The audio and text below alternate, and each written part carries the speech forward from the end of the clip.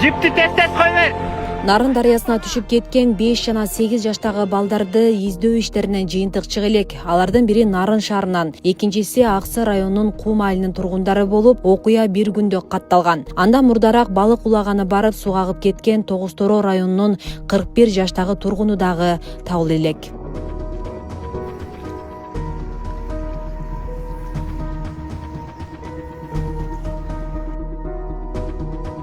Өзгөчө Кырдаалдар министрлиги издөө иштери канча күндөн бери уланып жатканына карабай натыйжа болбой жатканын билдирди. Азыр эми кошуна Өзбекстан тарапта издөө иштери жүрүп жатканы маалымдалды. Руслан mana bu tomon uzun nima ko'prigi tagini hamma yog'i ko'rishdi hozir. Keyin narigi tarafda yana bitta шлюз bor edi. Shuni hozir ko'rishyapti hozir. Аңчылык кылган жарандарга дагы эскертип койсок, аңчылык учурунда балык улоого чыкканда жалгыз барбоону эскертебиз. Учурда Аксы районунун, Тогуз-Тороо районунун жарандары дарыяга түшүп дайынсыз болуп атат. Издөө иштери натыйжасыз болуп, азыр Коңуш Өзбек Республикасы тарабынан дагы биздин коллегалары издөө иштерин улантууда.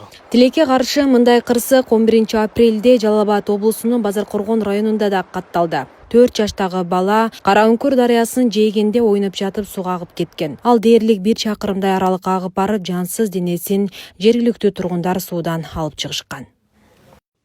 Арстанбап айыл аймагына караштуу Карабой айылынын тургуну 4 жашар бала Караүңкүр дарыясына сууга чөгүп агып кетти деген кабар түштү. Биз бул жактан чыгып топтоо бирде бизге ар бир кабар түшкөндө сбор көтөрөбүз, чогулуу.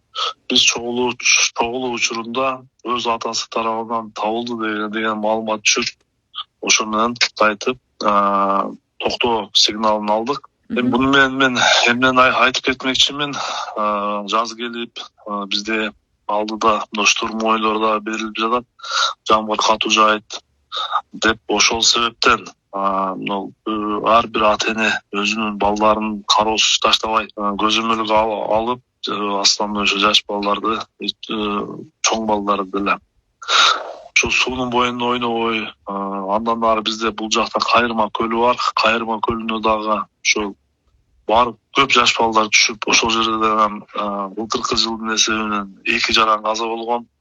Быйылкы жылы 4 жашар бала агып кетип, бул район боюнча биринчи бала каза болуп отурат.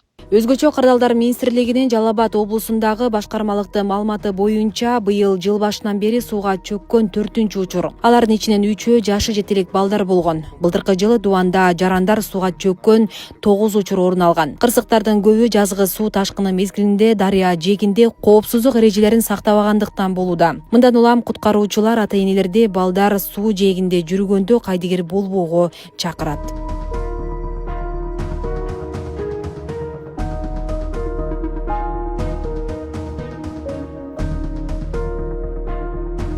Асель Сыдыкова, Регион телеканалы.